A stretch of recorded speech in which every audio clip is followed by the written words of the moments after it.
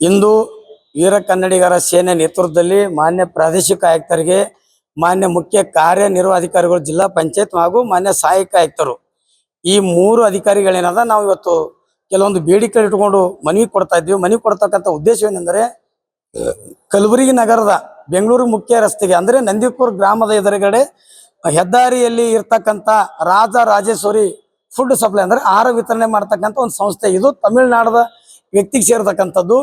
ಇಲ್ಲಿ ಏನದ ಅಂದ್ರೆ ಆ ವ್ಯಕ್ತಿ ಇವತ್ತು ಪ್ರತಿಯೊಂದು ಕಲ್ಯಾಣ ಕರ್ನಾಟಕ 6 ಜಿಲ್ಲೆಗಳಿಗೆ ಅಂಗನವಾಡಿ ಕೇಂದ್ರಗಳಿಗೆ ತಂಬಿಟ್ಟು ಉಂಡೆ ಅಂತೀವಿ ನಾವು. ಮಾನ್ಯ ನಮ್ಮ ಸೋದರಿಯರ ಬಾಣಂತಿಯರಿಗೆ ಮತ್ತು ಗರ್ಭಿಣಿಯರಿಗೆ ಏನಿವತ್ತು ಪ್ರತಿ ತಿಂಗಳು ಅವರಿಗೆ ತಂಬಿಟ್ಟು ಉಂಡಿಯನ್ನ ಆಹಾರ ಅಂದವನ್ನು ನೀಡ್ತಕ್ಕಂಥ ಸಂಸ್ಥೆ ಆಗಿದ್ದು, ಮತ್ತು ಮುದ್ದು ಮಕ್ಕಳಿಗೆ ಕೂಡ ಅಂಗನವಾಡಿ ಮುಖಾಂತರ ನೀಡ್ತಕ್ಕಂಥ ಇದು ಫುಡ್ ಅಂದ್ರೆ ಫುಡ್ ಸಂಸ್ಥೆ. ಇದನ್ನ ಗುಣಮಟ್ಟದ ಪದಾರ್ಥಗಳನ್ನು ತಂದು ತಯಾರಿಸಿ ನೀಡ್ತೀವಿ ಅಂತೇಳಿ ಗುತ್ತಿಗೆಯನ್ನು ಪಡೆಯೋದು, ಕಳ್ಳ ಸಾಗಾಣಿಕೆಯಲ್ಲಿ ಕಳ್ಳ ಅಂದ್ರೆ ನುಸಿ ಮಿಶ್ರಿತವಾದಂಥದ್ದು, ಹುಳಗಳನ್ನು ಮಿಶ್ರಿತವಾದಂಥದ್ದು, ಕೆಟ್ಟ ಹೋದಂಥ ಪದಾರ್ಥಗಳನ್ನು ತಂದು ತಯಾರಿಸಿ ಅಂಗನವಾಡಿ ಕೇಂದ್ರಗಳಿಗೆ ಇವರು ವಿತರಣೆ ಮಾಡ್ತಾರೆ. ಅಂದ್ರೆ ಈ ರೀತಿ ಕಳ್ಳ ಅವ್ಯವಹಾರ, ಅಕ್ರಮ ವ್ಯವಹಾರ ಮತ್ತು ಕಳ್ಳ ಸಾಗಾಣಿಕೆ ತಂದಂಥ ಪದಾರ್ಥಗಳನ್ನು ನೀಡಿ ನಮ್ಮ ಗರ್ಭಿಣಿಯರಿಗೆ ಮತ್ತು ಮುದ್ದು ಮಕ್ಕಳಿಗೆ ಸಾವು ನೋವುಗಳಿಗೆ ರೋಗಗಳನ್ನು ತರ್ತಕ್ಕಂಥ ಕಾರಣಭೂತ ಆದಂಥ ರಾಜರಾಜೇಶ್ವರಿ ಸಂಸ್ಥೆ.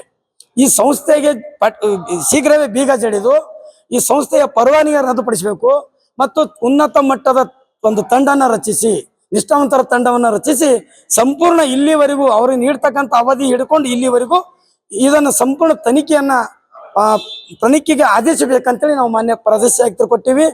ನಾನು ಈ ಹೇಳಕ್ ಬಯಸ್ತಾ ಇದ್ದೀನಿ, 28 29ನೇ ತಾರೀಕು ಏನು ರಾಜರಾಜೇಶ್ವರಿ ಸಂಸ್ಥೆ ಇದೆ, ಆಹಾರ ತಯಾರ ಮಾಡ್ತಕ್ಕಂಥದ್ದು ಏನು ಉಗ್ರಾಣ ಇದೆ, ಅದಕ್ಕೆ ಬೀಗ ಜಡಿದು ಬಹುದೊಡ್ಡ ಪ್ರತಿಭಟನೆ ಮಾಡ್ತಾ ಇದ್ದೀವಿ ಅಂತ ಹೇಳಕ್ ಬಯಸ್ತಾ ಇದ್ದೀನಿ.